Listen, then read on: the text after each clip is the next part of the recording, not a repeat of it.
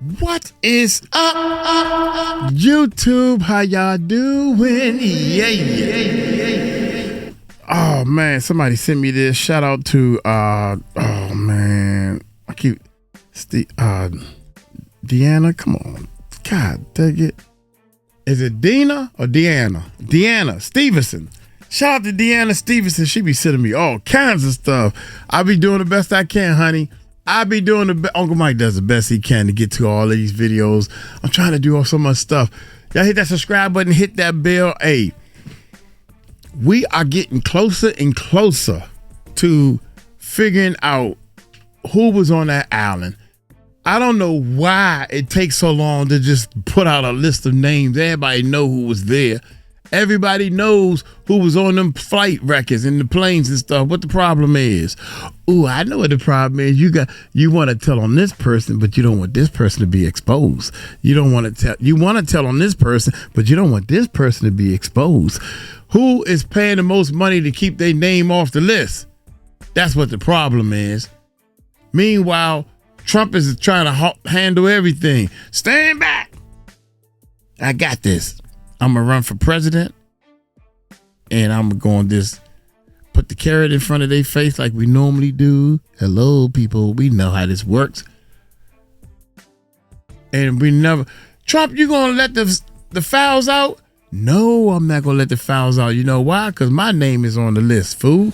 And with that, let's get right to our top story. Hit that subscribe President button. Donald Trump is throwing everything he can at the White House walls, figuratively, of course, to try to get something to stick in his ongoing attempt to deflect from the Jeffrey Epstein saga, especially following the newly released trove of emails from the notorious child sex trafficker that includes a number of references to Trump and suggests Trump knew more about Epstein's abhorrent actions with underage girls. And after avoiding reporters' questions for the last few days, Trump finally responded last night on Air Force One. What did Jeffrey Epstein mean in his emails when he said you knew about the girls? I know nothing about that. They would have announced that a long time ago. Jeffrey Epstein and I had a very bad relationship for many years. Oh, my God. But he also saw strike because I was president. So he dictated a couple of memos to himself. Give me a break. Trump then went on to push his latest deflection tactic, claiming that any investigation into Epstein's relationships should be focused on Democrats.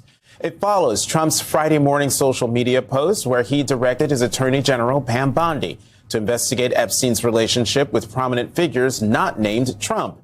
Folks like former President Bill Clinton, Clinton's former Treasury Secretary Larry Summers, and LinkedIn co-founder and Democratic donor Reid Hoffman, among others.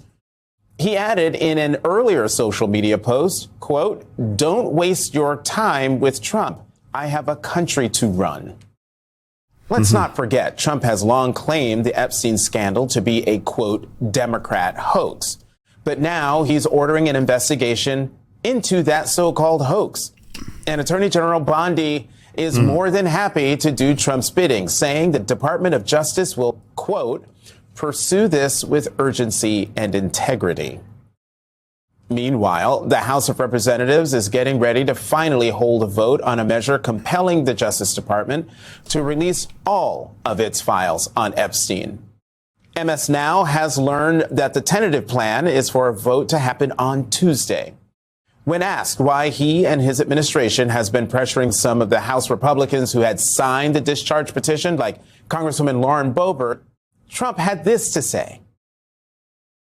We think it's bad to talk about it because it gets away from the subject of how well the Republicans are doing. And when you talk about the Epstein hoax, what happens is you're not talking about how well we've done. Mr. President, and that's the whole purpose behind them. They want to waste people's time, and some of the dumber Republicans like that.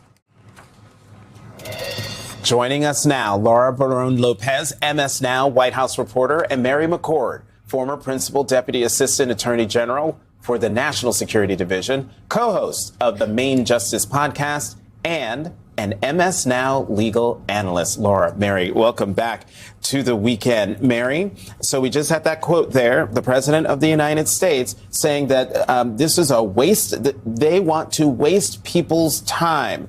He's also said that this is a waste of time. Here's a letter that Epstein survivor sent to Congress yesterday, and I'm going to read from it. It says, several weeks ago, when a few brave survivors stood before you and recounted their harrowing stories, many of you were shaken to your core. We urge you, when you cast your vote, please do not forget the horror you felt that day.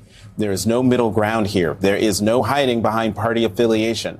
The testimonies you heard are just a fraction of the unimaginable suffering endured by more than 1,000 victims alike.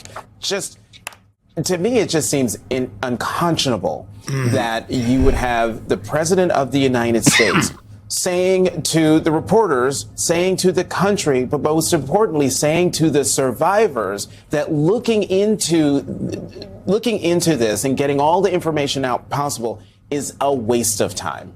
I think that point is so important because, whether these files are used by one side or the other as sort of a political fodder, a political football, what's important here is that the victims want these files released, right? Because early on in this, I was worried that maybe they would not, right? That some of them wouldn't want these very, very personal details about the trauma. Exactly, because having prosecuted sex offenses in my past life, I know how traumatizing, lifelong traumatizing that can be. But these are the victims coming forward and the survivors.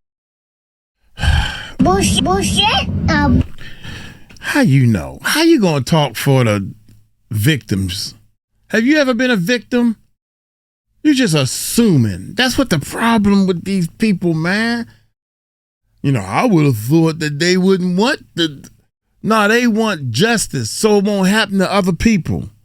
What is you talking about, lady? Files released, right? Because early on in this, I was worried that maybe they would not, right? That some of them wouldn't want these very, very personal details about the trauma. Exactly, because having prosecuted sex offenses in my past life, I know how traumatizing, lifelong traumatizing that can be. But these are the victims coming forward and the survivors and saying, we want this full accountability. So their voices resonate with me louder than any others.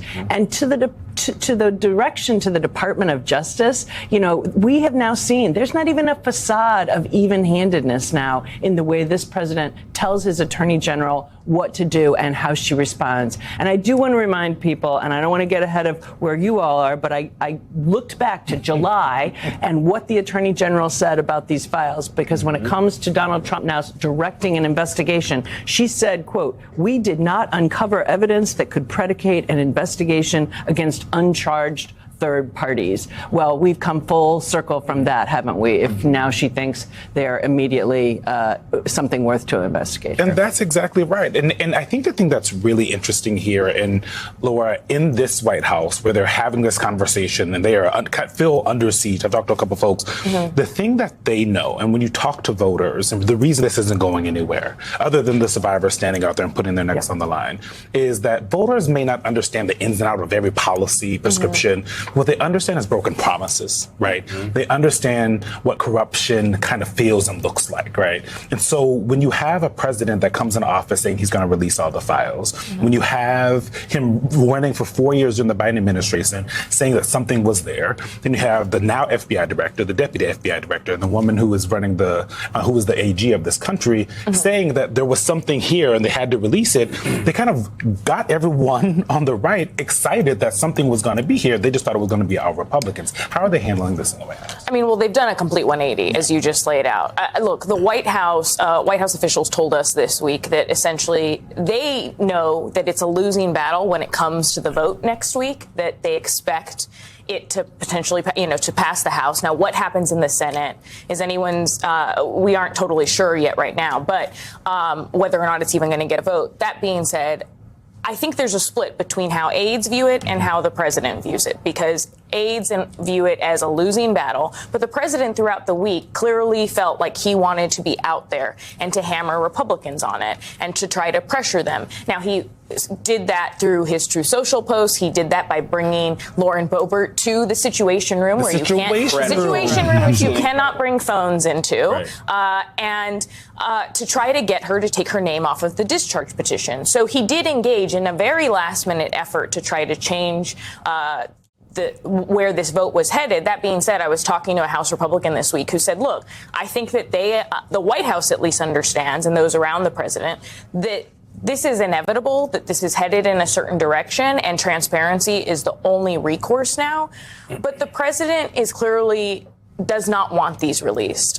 Despite what he said in the clip that you played, Jonathan, the president's actions don't match up with what he said, right? Because he is continuing to try to block the release of this, to try to deflect and distract in another direction by saying, oh, now let's investigate potential other relationships. So his actions don't match what he was saying to reporters. Democrats, they will say, yeah, investigate the Democrats too. Anyone who had anything to do. Reid Hoffman said, go ahead. Yes, like anyone that had anything to do with Jeffrey Epstein or raping these who were then little girls, investigate them. And Mary, you talk about dropping the facade. I mean, Pam Bondi was a part of this political pressure campaign in the Situation Room to try to convince Lauren Boebert to take her name off that discharge petition. But there's another character that's also dropped the political facade here, which is Todd Blanche, the Deputy Attorney General.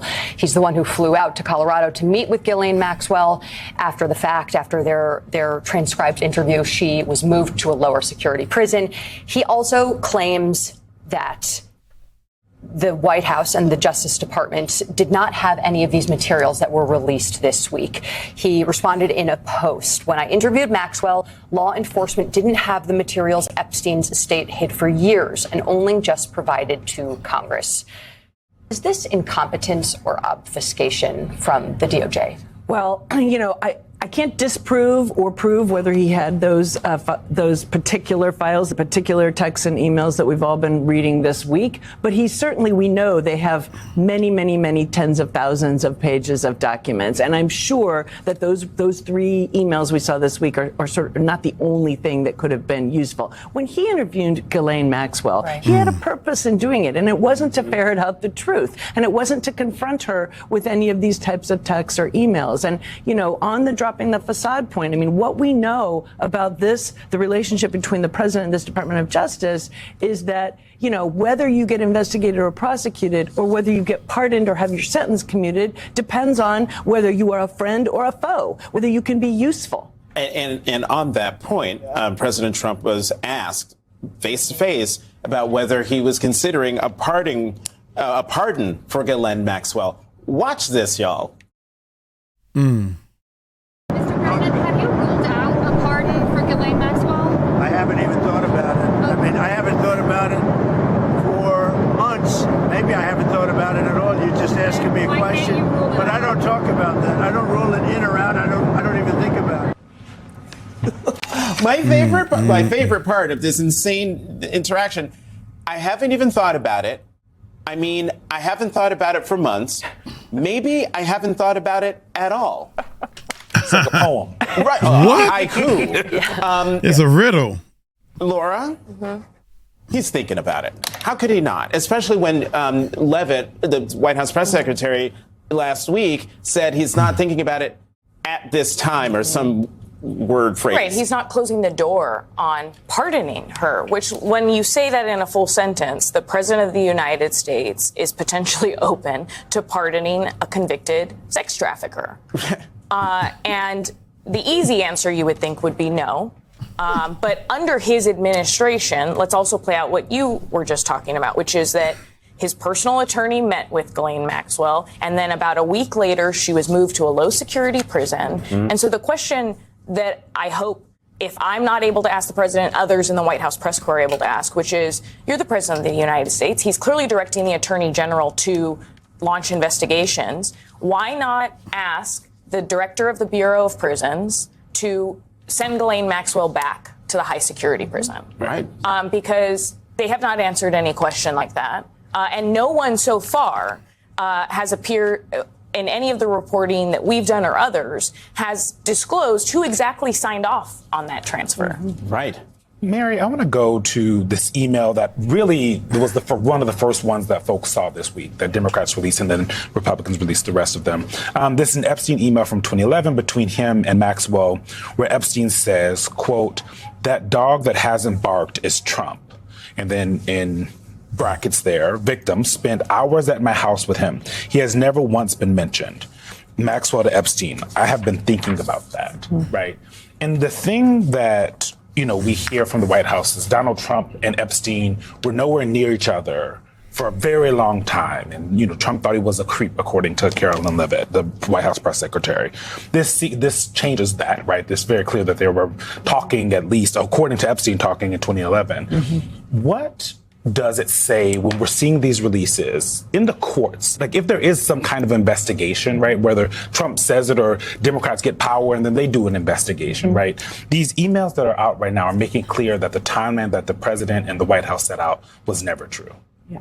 I mean, these also just show that there is more there in terms of the relationship between not just Epstein and Trump, but Trump's knowledge of what Epstein was doing. And I think that's what's really critical here. And, it doesn't mean, I spoke with others the other night in a studio like this about, is there a crime there? I mean, we don't know. Yeah. But, there's certainly a moral obligation if you are aware of what Jeffrey Epstein was doing, aware of the girls that he was trafficking in, they're underage. There's certainly a moral obligation. And how much Trump might have actually aided and abetted that or not at all, just turned a blind eye, we don't know that. But that is why people are clamoring for these documents. And I wanted to say one more thing about this directing his attorney general to open an investigation.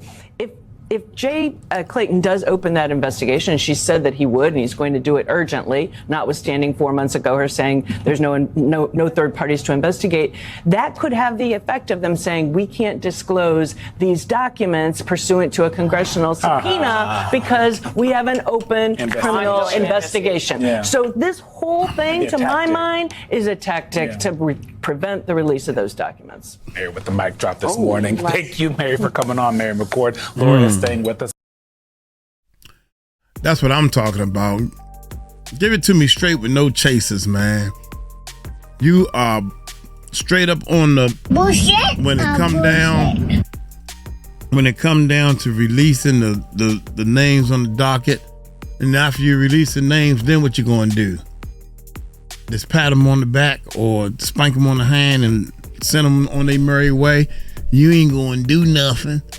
Hey, I'm gonna get on up out of here, man. Y'all take it light, take it slow. Tell them Uncle Mike told you so. Peace out.